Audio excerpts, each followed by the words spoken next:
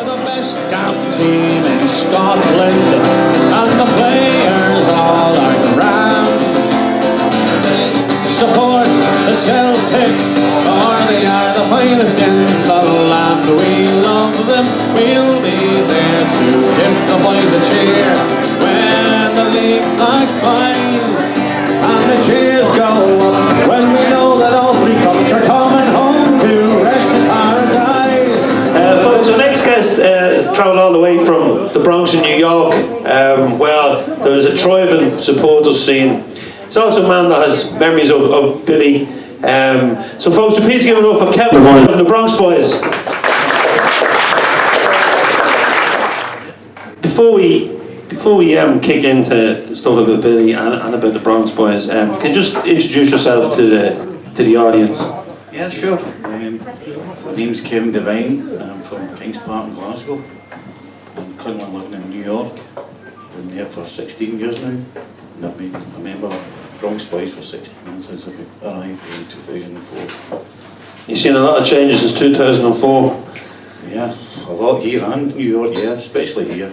But it's fantastic coming here, but come back to Glasgow, it's a great town. And a great time to be back. So today, absolutely, I'm quite proud to be here because this is our first official trip from the Bronx Bhoys. I know the boys and myself came at separate times. The day was official, and I'm quite proud of that. It's happening over in New York, what we're doing, and they're all coming here. So I'm really proud of that. And is it hard to keep it going over now? Because obviously there's a turnover of Celtic fans in the area. It's, you know, the diehards will always be there. As Tommy Mills said, they're there and always there. So all the boys here, Brock and Griff, and all, half of them even here today, you know, just now, I don't know where they are. They can turn up at 7 o'clock in the morning to see Celtic, they can't come at 12:30 to come to the podcast, you know. Yeah, so it's great, it's just great. The Bronx Boys an official trip to the Celtic Park.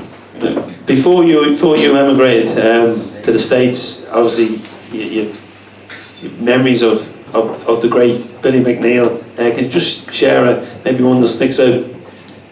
I can actually tell you a story about Billy over in New York. You can indeed. Because we know all the stories here. I mean, from Glasgow, I've got a great story in New York.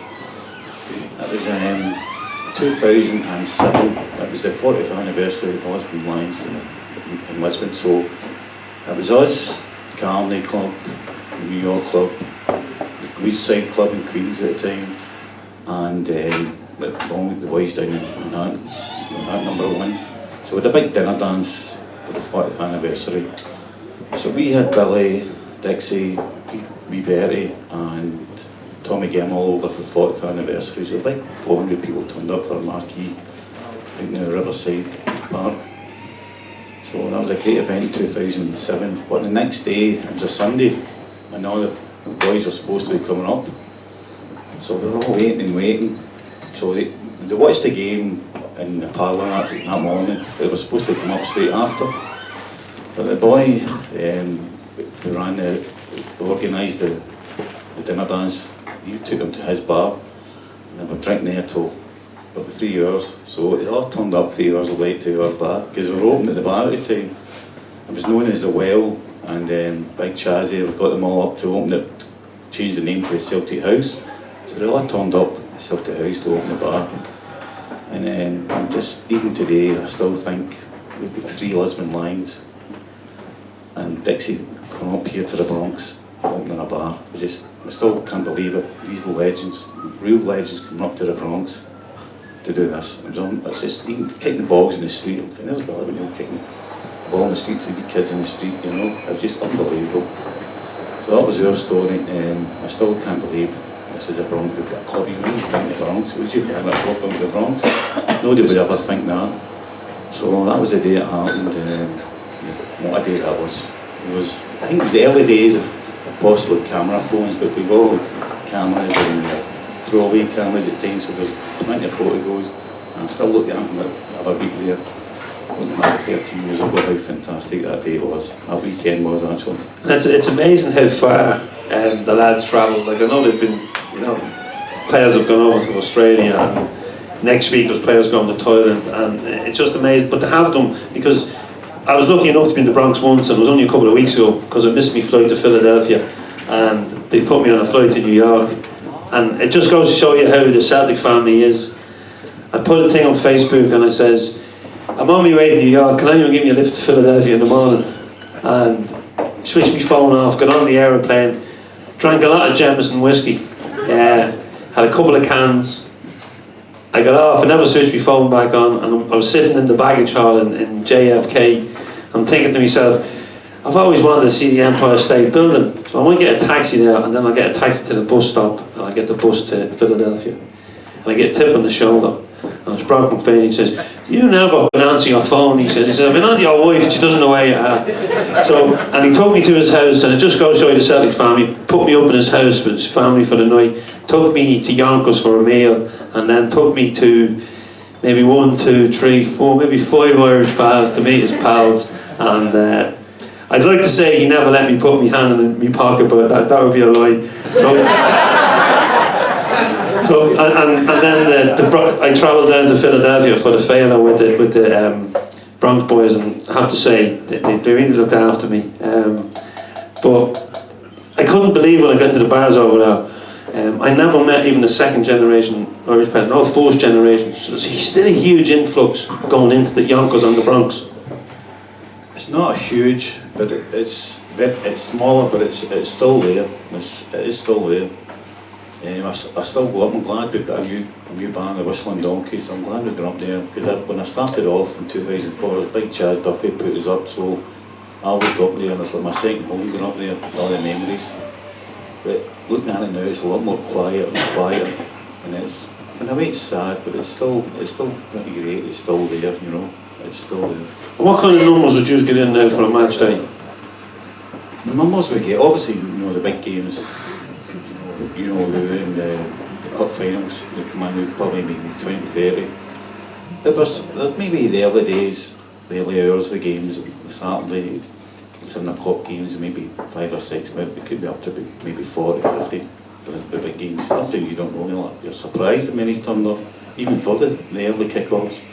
But it's good, because I think now coming over here, people will actually recognise that there's a club from the Bronx that might know what's going around. Because I know the boys from Dempsey's, we know the boys from the Parlour, even the Connecticut boys who are up in Stanford there come down and join our club. And we're all still mingling to each other, so we all fight our clubs. And that's a good thing, we know each other. It is a close community. Or the boys from the different clubs, we all know each other, and it's great, it's great. It's just a wee bit disappointing, there's no kind of younger crowd coming in, you know. I don't know if it's the EPL taking over, but we're still tipping away, and that's the main thing. Yeah, well, obviously people now can get the games on their laptops in their house or on their smart TV. But the difference in the 16 years you've been there, obviously social media now has, you know, made life completely different. Everyone is touchable now, no matter where you are. Like, we've had people in here before, like older gentlemen and yourself, and they've been saying, like, you know, when you go to these countries, like, you didn't know the result until the newspaper came. Or you phoned home, I think about 8 hours later, they used to give it out on the BBC World Service, the results. So, like, it's kind of it's a great time in a way to be a fan abroad as well, because there's so much on social media. You can get the press conferences now, so it's not, the distance from Celtic Park isn't what it was.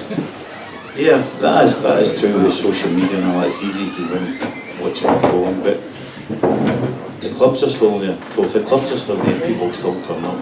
That's the main thing, you know. That's the main thing.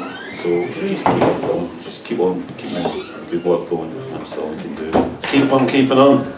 So when if someone goes over from Glasgow or from Ireland, and what's the name of the pub you watch the games in? The Whistling Donkey. And every game shown there? Yeah, every game, yeah. So what times are the games on over there? Say a 3 o'clock kick-off. Well, it's 10 o'clock. So we're 5 hours behind.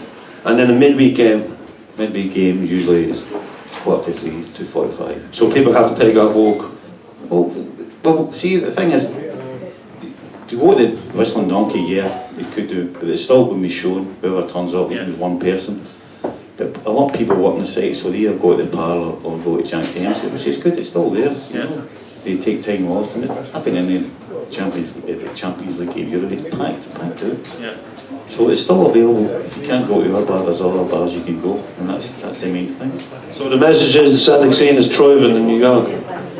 It's not thriving, but it is, yeah. In a certain way, it is, yeah.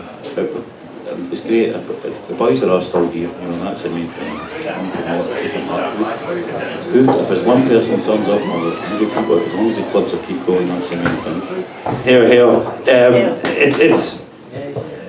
I suppose it's great when people go away to get into these clubs and meet that, and I think it's brilliant that Billy was over, and I think the foundation do a big dinner over there, but that's maybe without the reach of the normal man, because it's quite expensive to go to these things. I know what they're doing. I know what Celtic are doing. They're raising money for the fund, but it's not for the normal fan. You can't afford that. But raising money from the rich people, so what we're doing, there's nothing. They're still raising money for the foundation, which is pretty good. You can't knock it. It's just a pity maybe that earlier on in the day there's not a function for the clubs who have kept the Celtic name going over there. Well, we did it in the early days because the numbers were falling. We kind of stopped it. But as I said, we try other things. And the boys, as you said, in Philadelphia, they've done their thing.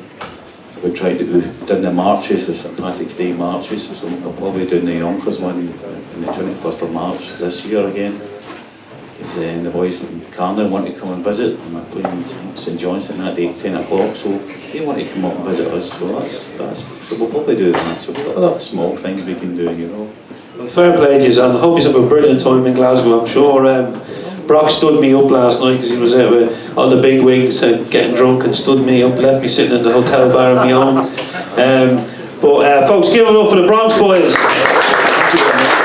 Okay, folks, I'm back in a few minutes with Joe Miller. We're going to hand it back over to Danny. Well, for those who are in love, well, here's a song that's warm and tender. And for those who are oppressed, well, in the song you can protest. So liberate your mind and give your soul's expression. And open up your hearts and I'll sing you the song. Oh, let the people sing the stories and the songs. Music of their native land. Oh, let the love lies and battle praise and thunderbolt and joy. So join us hand in hand. All across this ancient land.